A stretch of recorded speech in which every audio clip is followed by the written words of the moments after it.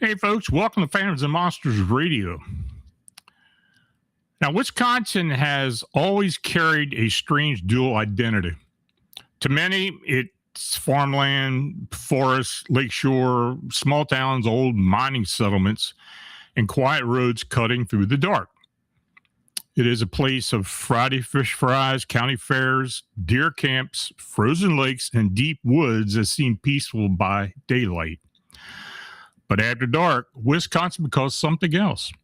The roads grow lonelier, the tree lines seem closer, and the old cemeteries and mining towns hold their silence a little too tightly. Now, the lake marshes, wood trails become thresholds, places where the ordinary world appears to thin and sometime else steps through. In tonight's presentation, we move across the state from Lake Geneva to Mineral Point, from Madison to Sturgeon Bay, from Barron County to La Crosse, from Kettle Moraine to the rural roads near Darien. The cases include a terrifying black humanoid that chased a vehicle at highway speed, a strange legend of the Mineral Point vampire, a winged humanoid seen at the Wisconsin State Fair, a vanishing woman believed to be an angel, a Glimmerman encounter in northeast Wisconsin, a demon-like animal south of Barron, the infamous man-bat of Briggs Road, black-eyed children on Lonely Road, and massive shadowy thing in the Kettle Moraine, and then a flying witch-like being near Turtle Creek. Now, some of these encounters are violent in their emotional impact. Others are bizarre, almost folkloric. One may even be benevolent, but taken together, they suggest something persistent in Wisconsin's landscape. Something that waits near roads, something that watches from the woods, something that appears on the edge of the headlights, streetlights, fairgrounds, bridges, cemeteries, and trails. And once seen, it's not easily forgotten. This is Unexplained Wisconsin. Now, our first report begins in December 2022 near Lake Geneva, Wisconsin. Now, this is not an isolated cabin story or an old legend passed through generations. It happened in a neighborhood road setting late at night after a routine trip to a gas station. The witnesses first believed they were seeing a person jogging in the cold, but within seconds, that ordinary assumption collapsed. What they saw was too tall, too fast, too thin, and moved in a way that seemed both twitchy and fluid. Its arms were stretched behind it. Its hands were huge. Its body was black. Its head was shaped like a teardrop. And when it turned, the encounter became a pursuit. The witness states, "I saw something in the room that changed me. I want to know if anyone else has experienced something similar or knows what I saw." It was December 2022. It was Christmas shopping. I was Christmas shopping with a friend near Lake Geneva, Wisconsin, where I live. The shopping took up most of the day, and we had a lot with us by the time we got home. It was already dark, so we figured we might as well push through and wrap everything. Now, by the time we were finished, it was a little after 1 a.m. We were out of cigarettes, so we left my place and drove to a gas station. Now, I had driven earlier because my friend does not handle heavy traffic well, so she offered to drive this time. I am a bit of a night owl, so late night drives are not unusual for me. Now, the road I live on is long. It's not isolated or rural, but there are wooded areas nearby and the train tracks close to my place. The neighborhood also has apartment buildings and houses. I use this road daily, especially at night. Now, after leaving the gas station, we were approaching an intersection with a stop sign where we needed to turn left to get back into my place. I was on the passenger side playing Pokemon Go with my friend said, "That person must be crazy to be jogging out here." I looked up and saw someone crossing the intersection. Now, at first, it looked like a person jogging. I laughed and agreed with her, but then I noticed how fast and tall he was. I blurted out, "Wow, dude is fast, really tall. Why is he running so weird?" Now, at first, I did not think much about it. But as we got closer, I realized he was running hunched over and leaning forward, and his arms stretched behind him, almost like they run when they do in Naruto. His arms were incredibly long, extending past his knees. His hands were huge with long fingers. He was skinny, and I mean sickly skinny. The closer we got, the more wrong everything looked and felt. His movements were strange, twitchy, but also fluid, especially for the speed at which he was moving. There were streetlights along the intersection in the road, but it seemed unusually dark outside. And as we came to the stop sign under the street lamp, he had just crossed the road. But then he stopped right before the edge where the light reached, maybe 15 yards away. That was when I looked at the dashboard clock and everything hit me at once. It was the middle of winter. It was 1:30 a.m. It was cold as hell. Who would be out jogging like that? But then I realized that this was not a man. This thing stood with its back to us, hunched forward, arms stretched behind it, and its long claw-like hands visible. It was the most intimidating stance I'd ever seen. It was easily over 7 foot tall, completely black, and its head was shaped like a teardrop. We sat at the stop sign staring at it for almost 10 seconds. Then it did the fastest 180 turn I'd ever seen and came straight at us. I had never felt fear like that before. It was not just being scared. An intense panic rushed over me. Pure terror. It felt heavy and my whole body was screaming, "Danger, you're in danger." I yelled, "Go, go, go." The car screeched as we took off, and my phone flew out of my hand. I looked behind us and sank even deeper into terror. This thing was just not keeping up with us. It was gaining on us. I yelled, "Floor it, it's right behind us." At around 60 miles an hour, we finally started to lose it. I scrambled for my phone to call 911. Then the car came to a stop. I immediately turned toward my friend. She was staring straight ahead, wide-eyed. She kept saying, "I need to see it. I need to see it." I was so panicked that I instinctively turned toward me and said, "You're not crazy. I saw it too. You're not crazy. I saw it too. It's real. We need to go before it gets us." She snapped out of it and floored it again. I grabbed my phone, dialed 911, then stopped. It was like I finally got a grip on myself, almost as if the distance between us and that thing had reduced the fear. My friend yelled, "What are you doing? Call the cops." I said, "They'll never believe us." I used to listen to a podcast and remember the host saying that when people see things like this, he sometimes wishes they would turn around to go verify what they saw. So I told her not to pull up to my place because it could still be behind us. I said, floor it to the end of the road. We're switching as fast as we can. I'm going to drive and put my phone against the windshield to record. And you're going to use your phone to record. Then we'll have more proof for the police to back up what just happened. She panicked and kept saying no, but she drove past my place anyway. We got to the end of the road, switched places, and I drove back toward to where we had seen this thing. But there was nothing. All this had happened within minutes. Considering how fast it had been going and how fast we were going, we should have met it again. Now, as we approached the area where we first saw it, I do not know how to explain it, but the same fear came back. I realized that when we lost it, it might have turned around and gone back the other way, further down the road near where we first saw it. Now, the speed limit was 25, and I slowed down to about 15 when that fear started weighing on me again. Then something happened that felt like a movie. A large group of deer ran towards us from the direction where we were headed.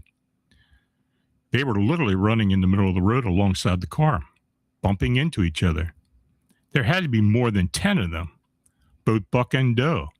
They were running toward the car as if there was far less danger than whatever was behind them. I had never seen deer run that fast or so tightly together in that number. I had to stop and wait for them to pass before I could continue. My friend said it must be in that direction. Something must be have terrified those deer to run toward us like that. It's got to be that thing we saw. And I was thinking the same thing. And I felt that fear again. Now, I continued down the stretch of road, but we saw nothing. We couldn't find it. Now, I drove until 6 a.m. because I was too scared to go home without proof to give to the police. I convinced myself I would feel safe if I knew the police were driving around my area looking for it. I was afraid it might follow me home if I went back before daylight. Now, since that night, I can be sitting in my living room playing a game and suddenly feel the same primal fear and panic wash over me. It does not happen every day, but at first it happened a couple times a week. It feels like it must be close. And that's why I feel this terror.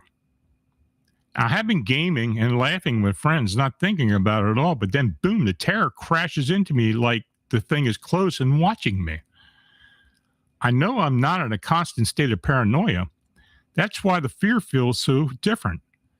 I can be having a good night and the thing completely out of my mind, and then the fear returns. Now, lately it's become more frequent and more intense. I smoke, so I go out at night. Sometimes everything feels fine and I feel safe. Other times I feel watched and unsafe, like my body is screaming, "You're in danger." The thing I saw on the road that night was black, but the thing I have seen after is white and almost glowing white eyes and sharp exposed teeth. It has the same tall, thin body and teardrop-shaped head. I know this all sounds crazy. What do you think it was?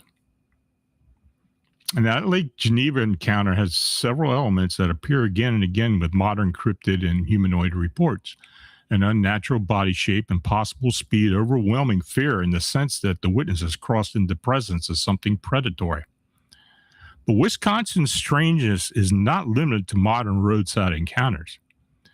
Now, our next case moves into a much older setting, Mineral Point in Iowa County.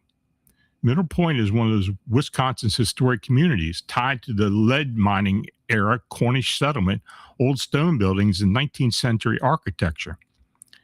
It is the kind of place where history is not just remembered, it still seems to linger in the streets. And according to local accounts, something pale, caped, and impossible has appeared there more than once. Now, the quiet community of Mineral Point, located in Iowa County, Wisconsin, has long carried the atmosphere of an old settlement with deep roots.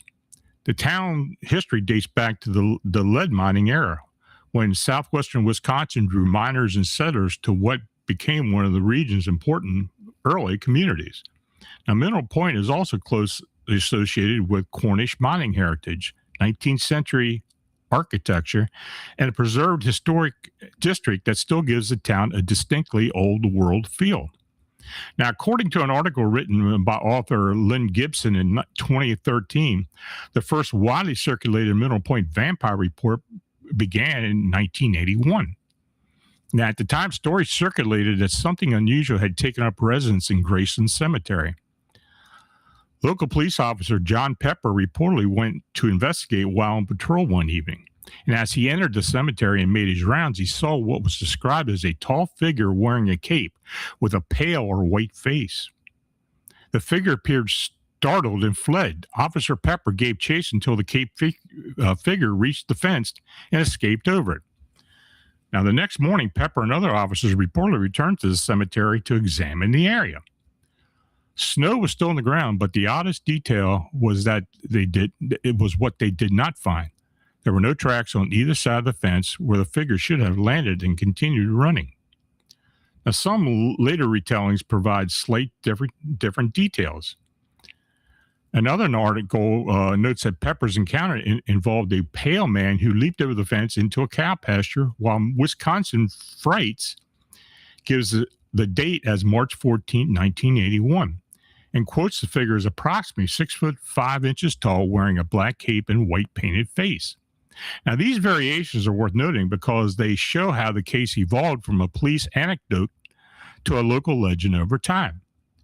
Now, for more than 2 decades, the story seems to fade. Then, March 14, 2004, police reportedly responded to multiple complaints involving a strange figure near an apartment complex. Witnesses claimed that someone was sitting in a tree and leaping toward people as they passed below. The description was similar to the earlier Graceland Cemetery account, a tall cape person with a pale face. When officers arrived, the figure allegedly jumped from a tree and ran. Police pursued it, but the trail appeared to end at a concrete wall. As in the earlier cemetery case, the escape itself seemed central mystery. The figure was there, then gone, with no clear indication of where it went next.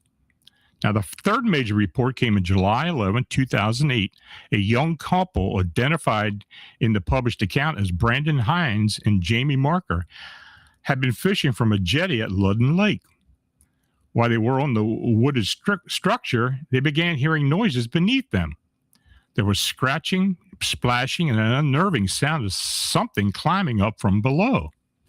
Now, at first, Brandon believed it might be an animal. He stood and stumped on the jetty, apparently hoping the noise would scare it away. Instead, the sound moved closer. He then shone a flashlight between the boards, according to the report. He saw a caped figure climbing up from underneath the jetty. Jamie fled first, running back to their vehicle. Brandon, frozen from the moment when he saw through the flashlight at the figure and then ran after her. When he reached the car, Jamie was already inside with the doors locked. Brandon got in, started the engine, and saw the cape figure moving quickly towards them. The couple drove directly to the Mineral Point Police Department to make the report. Now, officers were dispatched to Ludden Lake, where they reportedly found the couple's fishing gear still present, except for the missing flashlight. Now, these 3 reports appear to form the core of the Mineral Point vampire legend. The 1981 cemetery sighting, the 2004 apartment complex incident, and the 2008 Ludden Lake encounter. Later articles had treated the case as folklore, a local mystery, or a possible prank, but police response angle and the repeated escape patterns keep the story from being dismissed too casually. There is also a separate werewolf account connected to Mineral Point. In Linda Godfrey's Hunting the American Werewolf, Beastmen in Wisconsin and Beyond, a woman identified as Kim reportedly described a 1987 incident in which she saw a werewolf-like figure in the middle of the spring afternoon shortly before the full moon. Now, according to the account, the creature was running while transforming, entering a building, grabbed the railing, and changed back into human form. Godfrey reportedly noted that the story could not be corroborated through additional witnesses, even though the woman claimed others were present. That alleged 1987 incident should be treated separately from the vampire report. Still, it adds another layer to Mineral Point's odd reputation. Within a relatively small geographic area, the local lore seemed includes a pale, caped cemetery figure, a tree-leaping night stalker, a jetty encounter at Ludden Lake, and a reported werewolf manifestation. Now, the Mineral Point vampire legend is difficult to classify. Was it a prankster, local eccentric, a costume trespasser, a folkloric figure that grew with each retelling? Possibly.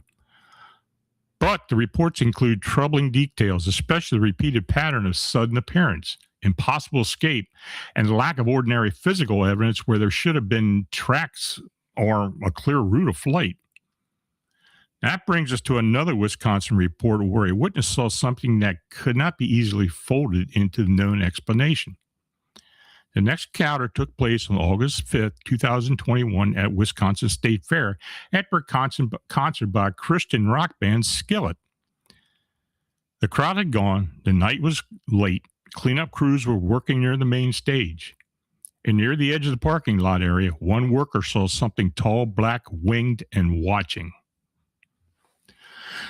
Now, the witness, a college student entering her final year, was working at part of a cleanup crew at Wisconsin State Fair on the night of August 5th, 2021. She and another worker of similar age were assigned to pick up trash near the main stage following a concert that had ended roughly 2 hours earlier. Now, while working near the far right side of the stage and talking casually, her co-worker suddenly shouted an alarm. Approximately 30 feet away near the edge of the parking lot, used as motor track infield during the fair, the witness observed a tall humanoid figure unlike anything she had ever seen. The entity appeared to be about 7 foot tall, extremely thin yet solid, and entirely black.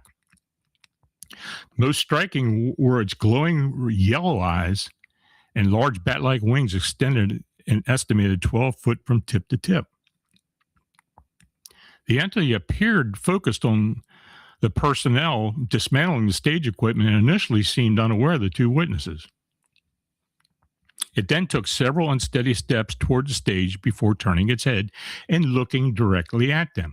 Now, at that moment, the witness described an overwhelming psychological and emotional response. She felt as though the air had been pulled from her lungs and experienced complete immobilization accompanied by absolute fear. She was unable to scream or move. After several seconds, the entity rapidly flapped its wings as if stretching them, then lifted into the air and vanished into the night. The witnesses remained frozen until another worker approached and asked if they had seen something nearby. When told what had happened, the individual suggested it might have been a large owl or another bird distorted by light and shadows, and questioned whether they were under the influence of drugs. The witness strongly rejected that explanation, stating with certainty that what she saw was real and that the behavior was intelligent. The pair completed their shift and left the fairgrounds around 2:30 a.m. The witness noted that her co-worker appeared deeply shaken and stated he planned to remain in the well-lit areas for the rest of the night. Now, the Wisconsin State Fair report is one of the more disturbing winged humanoid cases in this lineup because of the witness's reaction. She did not simply become frightened. She described a sudden immobilizing terror as if the air had been pulled from her lungs. The entity appeared intelligent. It noticed her, and it reacted. The pattern is familiar to many winged humanoid and Mothman-related cases. The figure, the wings, the glowing eyes, the paralysis, and the sense of direct awareness. But not every unexplained encounter in Wisconsin carries menace. Our next report takes us to Madison, outside an emergency service clinic during one of the most painful moments in a witness's life. This case is different. It does not involve a monster, a predator, or a shadow in the trees. It involves a stranger who appeared at exactly the right moment, offering prayer, gave the witness strength, and then vanished. Now, the witness states this occurred in the parking lot of an emergency service clinic in Madison, Wisconsin. My father had been living with lymphoma for 5 years, but started exhibiting stroke-like symptoms one day in April. Nice weather plays a part in all this. I don't remember who my family called at work, but I was 45 to 50 minutes away. Now, when I arrived at the clinic, no one was with my dad, not my mom, not any medical personnel. My father was in a pleasant but befuddled mood, able to chat, but not clear on where people were. This is before anyone in my family had a cell phone. There was a phone on the wall next to my dad's bed, which I used to call my husband at work, who had agreed to be the communication point to ask what the hell was happening. I recall hearing my spouse tell me that my father had been diagnosed with a brain tumor. I'm staring at Dad, trying not to show my shock and devastation, even though he had been told, but doesn't grasp this. Now, while they had to wait for an ambulance transport to a hospital, my mom had run home for his meds and necessities. My husband said my mom called and she hadn't found Dad's insurance card, so could I go look for it at their house so Mom could be with Dad? Okay, sure. I was numb. I drifted into a haze to my car in a very full parking lot. I rolled down my window as I started the car, and the flood of tears came. My sobbing was so physical that I couldn't back out of the spot. But then suddenly, a middle-aged African-American woman appeared at my car window, asking to pray with me. I managed to nod my assist, and she reached to hold my left hand. I don't remember anything she said, but she was praying aloud. It calmed me. It instantly gained the mental and physical strength to cope with this tragedy. Then suddenly, she was gone. She simply vanished into thin air as I was looking at her. I'm totally convinced that she was an angel. My dad's aggressive brain tumor, against all odds, and to the surprise of the oncologist, disappeared within 3 months. He lived another 12 years and eventually passed away, not from lymphoma, but by natural causes. He was 93 years old. Now, the Madison Angel account stands apart because of its emotional tone. Instead of fear, the witness describes comfort. Instead of pursuit, there is intervention. Instead of trauma, there's strength. And yet, it belongs in this presentation because it raises the same core question as the darker cases. Can something appear briefly in our world, interact with a witness, and then vanish in a way that defies ordinary explanation?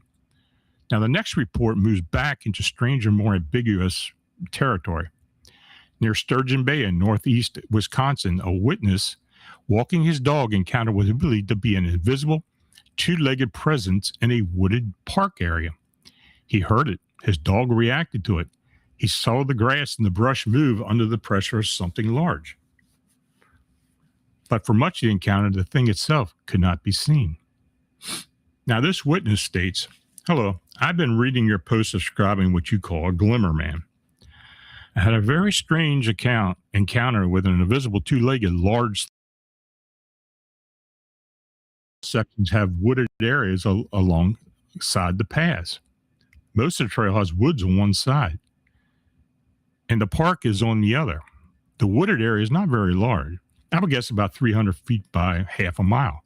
So I don't consider it as a forest. I just call it the woods. Now, I'm located in northeast Wisconsin near Sturgeon Bay.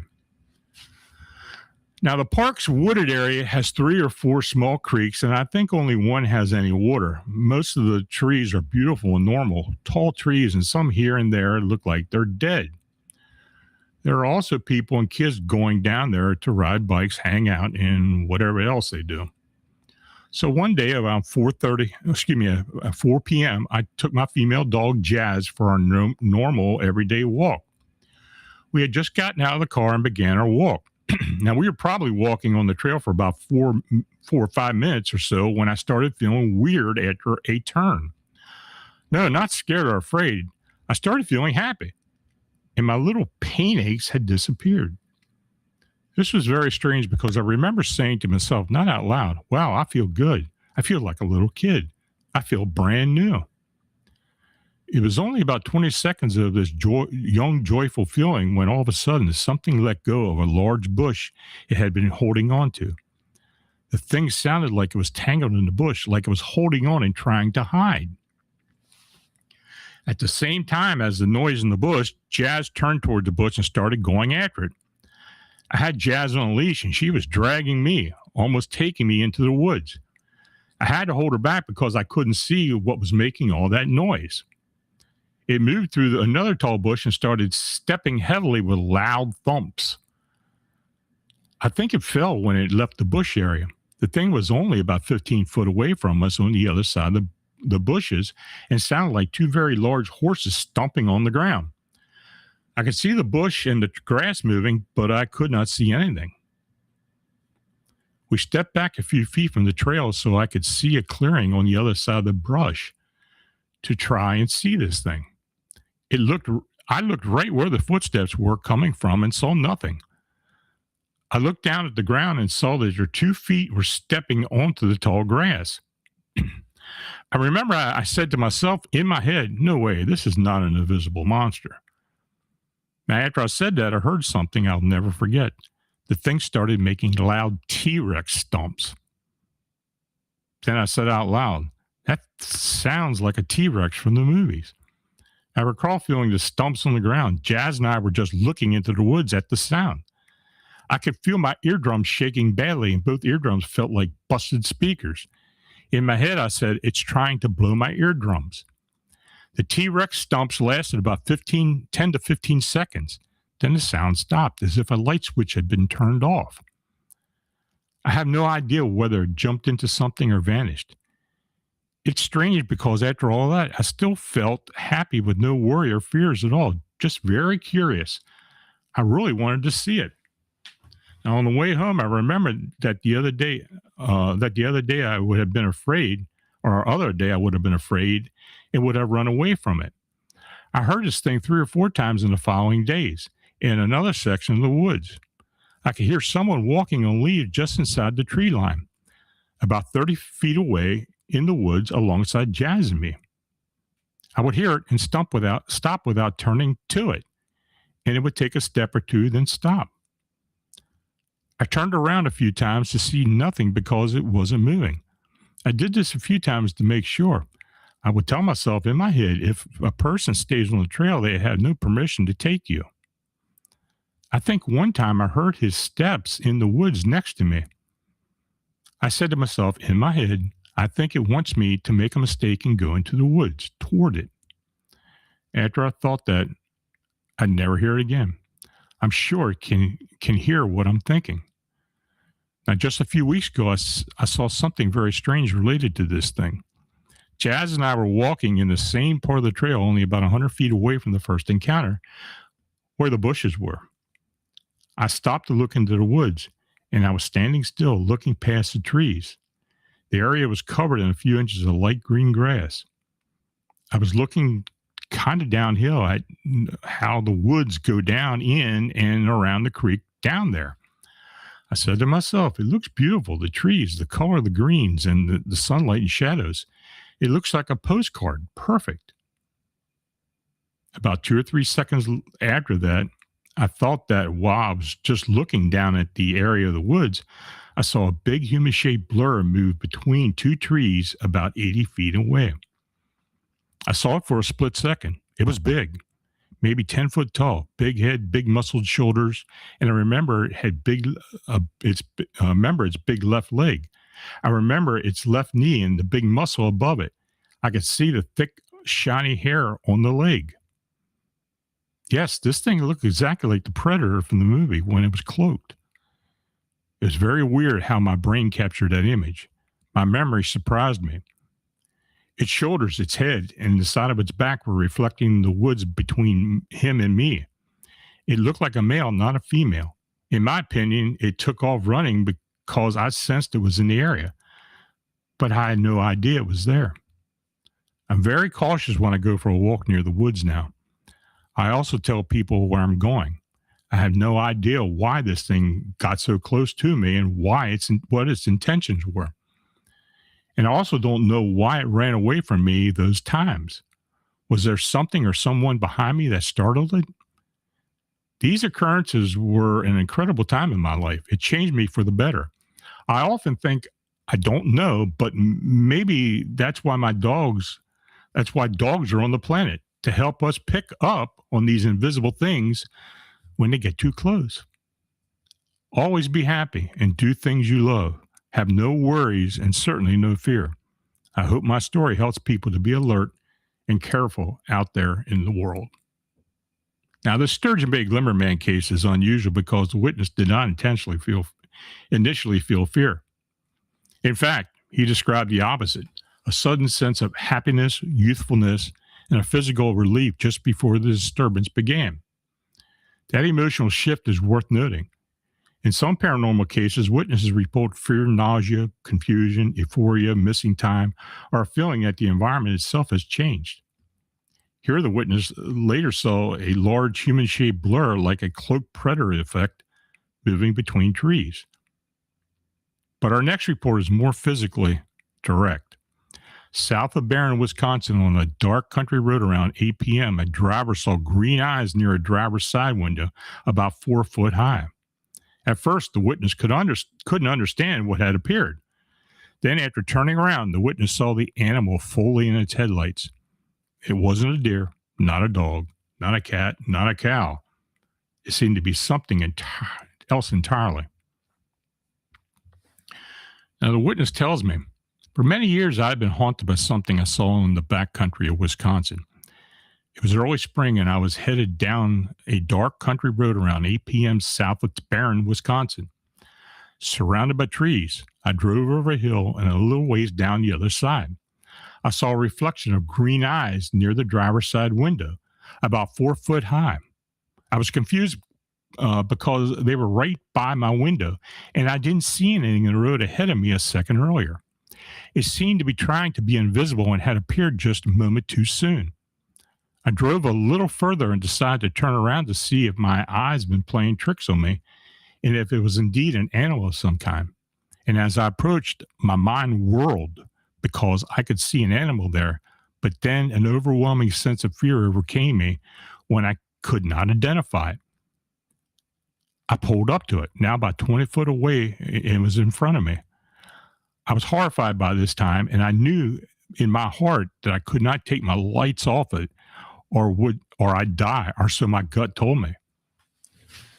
In front of me stood a creature that was 4 feet at the shoulder, but approximately 5 to 6 foot tall to the top of the head. It had the head of something like a cat, a muscular body of a dog, but was the size of a cow and very lean. It had cat-like ears and a short snout, but overall it was definitely not a cat. It had a cocoa brown fur with dark brown zebra-like stripes running down its side. It also had a dark brown mane running down its back. Its green eyes were in the front of its head. Out of fear, I flashed my headlights at it and then honked my horn, hoping it would run off. It only looked as if I had infuriated it as it brought its head down to the ground, keeping its eyes on me as if I was threatened, or it was threatened. Several times the thought crossed my mind that, in fact, it was strong and big enough to bash the windshield, rip me out of the car, and eat me alive. I knew it wasn't going to be the one to back down after flashing my light and honking at it, so I decided to keep my lights on it and back down the road in reverse. I did just that, and as it stared intently at me, I reversed about a quarter mile, then did a U-turn in the road and peeled out. No one has mentioned this creature before or since that I have read. Now, as far as animal goes, it was way too big to be a deer, too lean and muscular for a deer as well. It had cat-like features, but was much too tall to be any type of large cat. It was way too tall to be any type of dog, definitely not a cow as I had ever seen. I lived and hunted in the area for many years, so I was very attuned to the area's native animals. I sure hope someday I find someone else who has experienced this demon-like animal. Now, the Barron County creature is one of those reports that resist easy classification. The witness described a lean, muscular animal with cat-like head, dog-like body, and cow-like size, green forward-facing eyes, cocoa brown fur, dark zebra-like striping, and a dark mane down its back. That combination does not fit any known Wisconsin wildlife. But Wisconsin has another category of creature reports that are even more disturbing, winged humanoids. Our next case is one of the most notable. It occurred on the September 26, 2006 on Briggs Road near La Crosse, Wisconsin.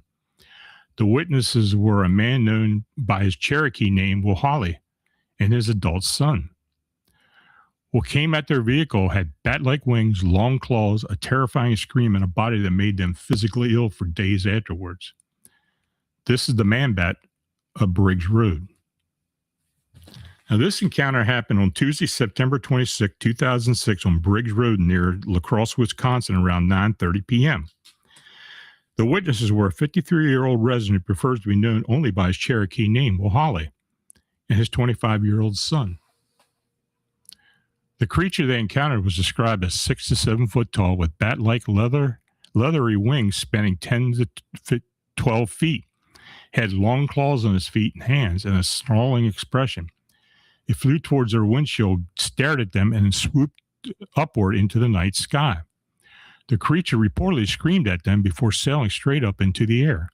Well, Holly stated that he did not know whether the creature had been on the road and then bounced up at them, or if it had already been flying when it came toward their vehicle.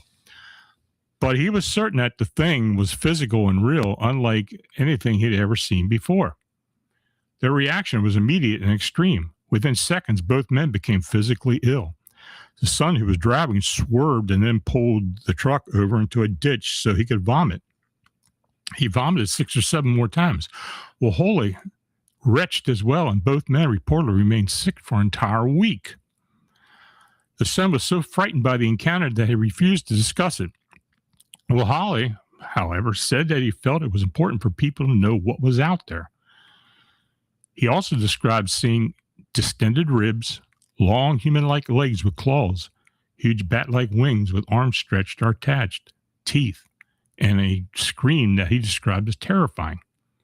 Now, Will Holly's account in sincerity convinced researcher Linda Godfrey that he had a credible sighting of something he had not heard described before, or she had not heard described before. Now, Godfrey noted that it had been nothing to gain by making it up or talking about it, and that he believed the more he talked about it, the more power it gave the creature.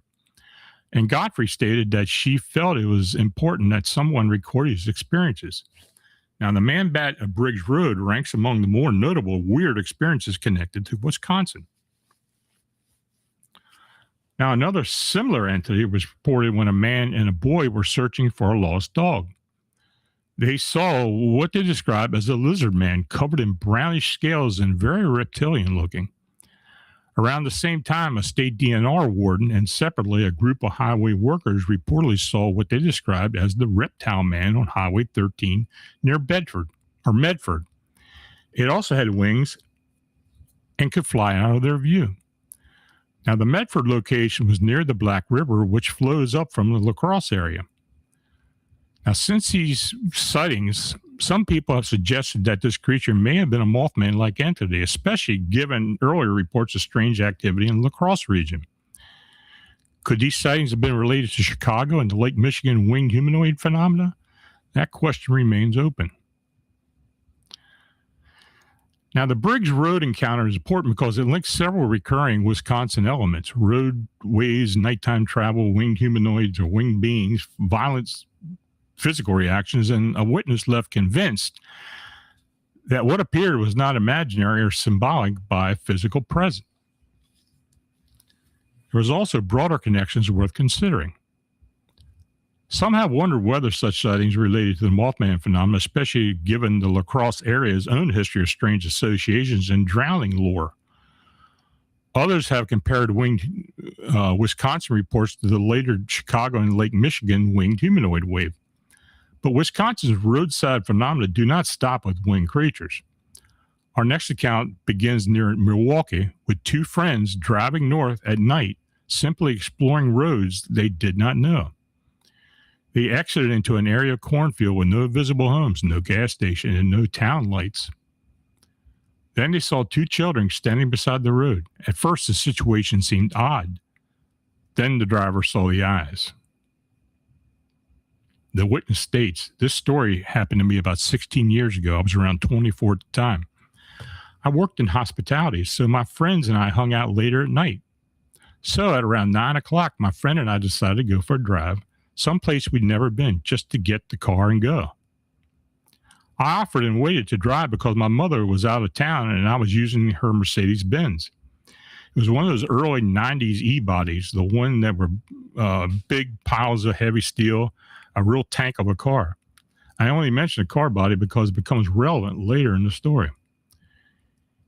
He happily agreed and he hit the road. We lived near Milwaukee, Wisconsin at the time. We drove north out of the city and drove about an hour when I saw an exit I didn't recognize and decided to get off there. There was nothing at this exit other than cornfields, no gas station or restaurant signs, no visible light of a town in any direction. So we were in a place we didn't recognize, but that was the point, just driving to get nowhere because the speed limit was 35 and we were in no rush. The moon was out enough that everything was pretty visible. About a mile into the cornfields, we could see two kids on the right side of the road. We commented on how weird it was because there was no housing, stores, or even lights on the horizon. Plus, it was around 10:30 at night. Naturally, we were too large a guys, so we didn't worry about anything. I slowed down so we could check whether their car had broke down or if they were okay. And as we pulled up, I noticed the kid in the front's clothing. It was stained, cream-colored tweed-like shirt with real tattered sleeves and overalls and only one strap. He appeared to be maybe 12 years old. The second kid was taller, wearing a red flannel-type shirt and old-time-looking khaki pants. However, I could barely notice the taller kid standing further behind the smaller one because as I pulled up, I noticed the clothes and got to see the whole child. His arms were to his sides, slightly raised, almost in an iconic zombie way. But his eyes, I couldn't take my eyes off them. I did my best to mutter to my friend, "You're seeing this too, right?" His eyes were pitch black, blacker than night, but easy to see as he stood there staring at us. I did not know what the heck I was seeing, but I'll never been so frightened in my life. And I've had several odd experiences that have left me unable to deny that there is more in this world than we understand. So we're stopped for a moment, locking eyes with whatever this thing was. It was no child. It was evil. I have zero doubts about that. We quickly agreed to go, and fast. We were not going to inquire with them. This is straight out of the Twilight Zone, and I remember the hitchhiker, and that it was not happening tonight. So we went and we clamored between ourselves. What the heck did we just see? What was that? What the hell was that? Still no signs of homes, just open cornfields. How these two kids could be there, I don't know, but I believe they weren't kids. So I kept driving, and we got out of the field onto the winding wooded road shortly after, probably around 5 minutes. In Wisconsin, there are no random historical markers that display the year the event occurred. It only mentioned that because I passed one on a curve, so I glanced at that. And as I was driving through the curve going around 45 miles an hour, a creature walked in front of my car. And as I saw it, it was nothing like I'd ever seen. Its spine was tall and it stuck above the hood ornament as I hit it. It was a gray color and looked like nothing I'd ever seen. It had a very tall arch in its spine, almost like when a cat hisses and goes on its toes, that kind of shape, but very tall and gangly creature. I hit this thing straight on with the tank of the Benz. My friend was freaked out at this point, as was I, to say the least. I stopped immediately. But now we were both scared because of the children in the cornfields, and now this thing, literally within minutes of one another. We decided getting out wasn't going to happen, but I decided to stay in the locked car and use its lights to see what we hit and make sure whatever the hell it was dead. I needed to know what I just saw. I drove in tiny circles, backing up and forward, looking for the creature, but after checking every inch within 100 yards and not seeing a thing, including not a drop of blood where I hit it, straight on with the Benz, making contact with the spine, body, and head, there was just nothing. That was unnerving, and although I want to check my mother's car, I would deal with that further down the road. We were not going to get out there, so we decided to head home at that point. So 15 minutes later, before I got back onto the freeway, I needed to get out and see how bad the car was. And as I got out to check quickly, since I wasn't taking chances tonight, I noticed my grill was busted in, but nothing too bad. So I made sure it was secure and got back in as quickly as possible. My friend decided to stay inside the car. Now, recently I heard about black-eyed kids and freaked out a little. I don't know if they're a real thing. I thought just a couple of demon kids or damn ghosts, or I didn't know what to think. And to this day, I've looked through tons of photos of supposed cryptid beasts and mythological creatures looking for what I hit. And the closest I've found is some Algonquin drawings of wendigos. And they were very close to what I believe I saw and hit that night. It seems very odd to me that both things could happen so close to one another and not be related. Possibly it was an evil area or a ley line. I just don't know. I would like to point out that I've lived in Wisconsin for a long time, and it was not a deer, a coyote, or anything else. What I hit was nothing native to the known Wisconsin landscape, and neither were those hard kids. I'll never forget either those faces, and just hope I never come across them ever again. Now, the Milwaukee area report is one of the strangest in this collection because it appears to combine two separate anomalies within minutes. First, the witnesses encountered what had been black-eyed children standing alone in a remote rural area. Then, only a short time later, they strike a tall, gray, arch-spine creature with the car, damaging the grill, but find no body, no blood, no physical remains. The witness later wondered whether the two events were connected, perhaps tied to an evil area, a ley line, or another zone of heightened strangeness. That idea, an area rather than a single creature, is worth carrying into the next report, because our next case takes us to the Kettle Moraine State Forest area near Whitewater Lake, and not far from Bray Road, a region already famous in Wisconsin cryptid lore. There, a group of young people encountered a massive figure on a trail. Now, the witness says, I grew up in the Kettle Moraine State Forest in southern Wisconsin. I would constantly ride ATVs and dirt bikes in Natureland Park on the south end of the Whitewater Lake. Now, this section of Kettle Moraine has 122 acres of trails and wilderness for people to enjoy. It borders the south end of Whitewater Lake. The trails are fairly well used during the summer, but never packed with people.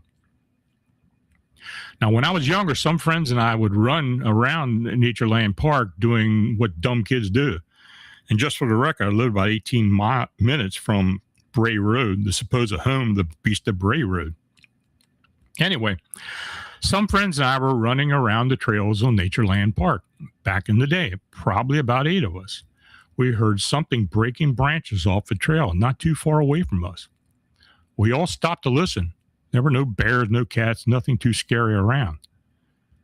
Maybe the occasional coyote, whitetail, raccoon, etc., but whatever this was had to be large. So as we got a bit concerned, this thing must have moved because we heard a large snap of a branch. We took off running like a bunch of lunatics. We could hear this thing running behind us. It was literally like something out of a movie. My friend tripped and fell as we were trying to catch up with the rest of our friends who had left us in the dust. And as I stopped to help the other kid, we both looked back down the trail to see the silhouette of something enormous standing in the trail and staring at us. I couldn't make out any detail. It was just a massive black mass of something that looked like it wanted to dismember us. I yelled, "What the hell is that?" Just about the same time, this thing dropped down on all fours and bolted off toward the timber like a freight train. We got out of there as quickly as we could. We could hear the thing busting through the woods, getting further and further away from us. And as we got to the parking lot, everyone around us heard a commotion. We got on our bikes and rode like crazy all the way back home. It's not too much of an encounter, but it was enough for me to never go back to Natureland Park at night ever again. This all happened about 35 years ago, and I've heard only a handful of people, or in total, a handful of people. I actually feel a bit better getting this out. Not too much happens around the small town. Now, of course, the Kettle Moraine report is brief but powerful. A group hears something large breaking branches off the trail. They run. One of them falls. Looking back, they see an enormous black mass standing on the trail watching. And it drops on all fours, bolts through the woods like a freight train. That detail is especially interesting because it echoes many upright canine, Sasquatch, and unknown biped reports where the figure alternates between two-legged and four-legged movement. Now, our final report takes us back to Walworth County near Darien, Wisconsin, on Creek Road near Turtle Creek Bridge. The witness was driving to work early in the morning when she saw a large winged being at tree top level gliding towards her vehicle. She described it as a flying witch, and then it descended towards her car.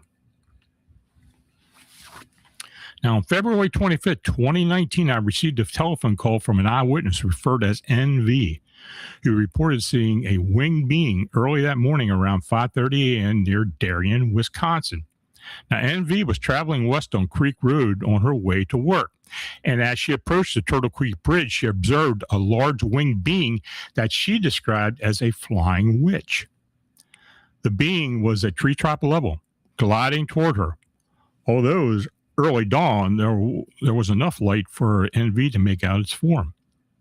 Suddenly, the winged being descended toward NV's car, narrowly missing the hood. NV described the being's wingspan as much wider than her car, and its body appeared to be a brownish color, like a paper bag.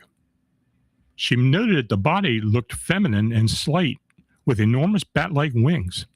Remarkably, she did not notice the wings flapping, and the speed at which the creature descended felt unnatural. The being's face was unremarkable, almost blank.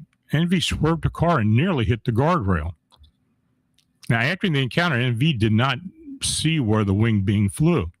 Now, being of Hispanic descent, she mentioned that the being resembled the image of a witch she had been told about as a child. Now, NV expressed distress and anxiety about the possibility of encountering this being again in the future, which is something we hear from a lot of winged humanoid encounter witnesses. Now, when viewed separately, each of these Wisconsin reports is strange enough. A black road-running humanoid near Lake Geneva, a pale caped figure haunting Mineral Point, a winged entity seen at the Wisconsin State Fair, a vanishing woman in a Madison parking lot, an invisible heavy-footed presence near Sturgeon Bay, a demon-like striped animal south of Barron, a screaming man-bat near La Crosse, black-eyed children and a vanishing road creature near Milwaukee, a massive black figure in Kettle Moraine, and a flying witch-like being near Darien. Now, on their own, these cases might be placed into different categories: cryptid, apparition, angelic figure or encounter, folklore, humanoid, winged anomaly, glimmerman, black-eyed children, upright canine, or an unknown animal. But together, they reveal a pattern. Many of these encounters happen near roads, bridges, trails, wood edges, cemeteries, fairgrounds, parking lots, lakes, and old communities. These are not random spaces. They are transition zones. A road is a transition between places. A bridge is a transition over water. A cemetery is a transition between the living and the dead. The fairground after closing is a transition between crowds and emptiness. A wooded trail is a transition between civilization and wilderness. And in 14 cases, transition zones matter. Witnesses repeatedly describe not just seeing something, but feeling something: terror, paralysis, nausea, dread, calm, euphoria, sudden certainty. The environment itself often seems altered. Darkness feels heavier. Silence feels unnatural. The witness's body reacts before the mind can explain what is happening. That may be one of the most important details in these Wisconsin accounts. The experiences are not merely visual. They're physical, emotional, and environmental, and the witnesses are changed by proximity. In several cases, the entities do not behave like ordinary animals. They appear aware, they watch, they react, they pursue, they evade, they disappear. Some seem to understand where the witness is looking. Some seem to occupy the edge of perception itself. And yet, Wisconsin's unexplained encounters are not all monsters. Of course, we have the Madison Angel report, reminds us of unknown and not always hostile. Sometimes it appears a moment of despair, gives strength, and vanishes before the mind can fully grasp what happened.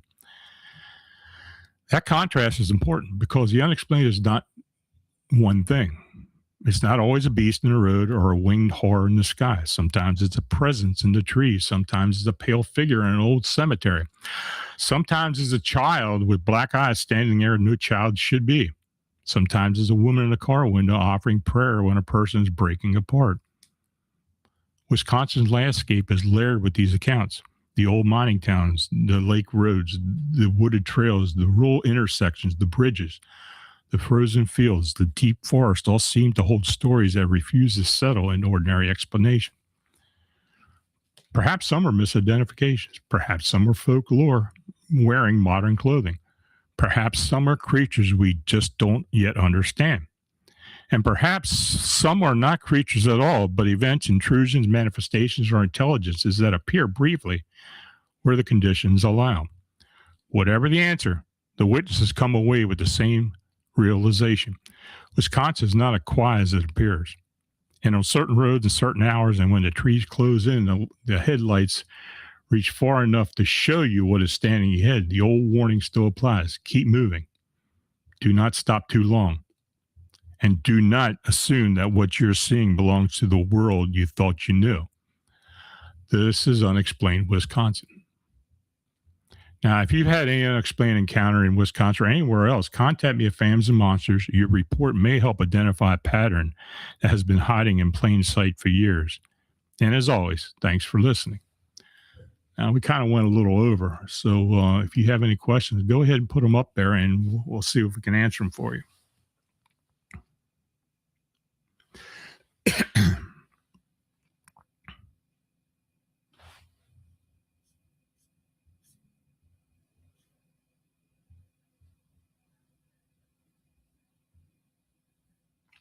Anything, folks?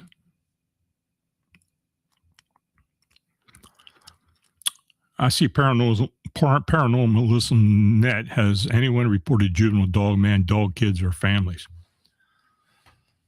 I've heard of smaller cryptid canines, but I don't know if they're children or not, or juveniles. Other than that, I really don't know.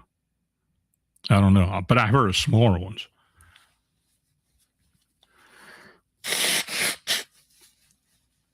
Dagnammit. Rumor has it that a family of Mothman-like creatures were spotted around Parrott State Park near the town of Trepolo, Wisconsin in 1975. I have not heard that. You may be right. If you have an encounter report anywhere, send it to me. I'd appreciate it.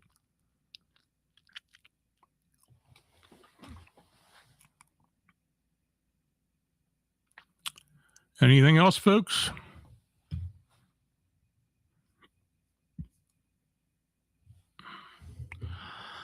Okay, well, we're going to wrap it up for the evening. And I want to thank everyone for listening, participating in the chat.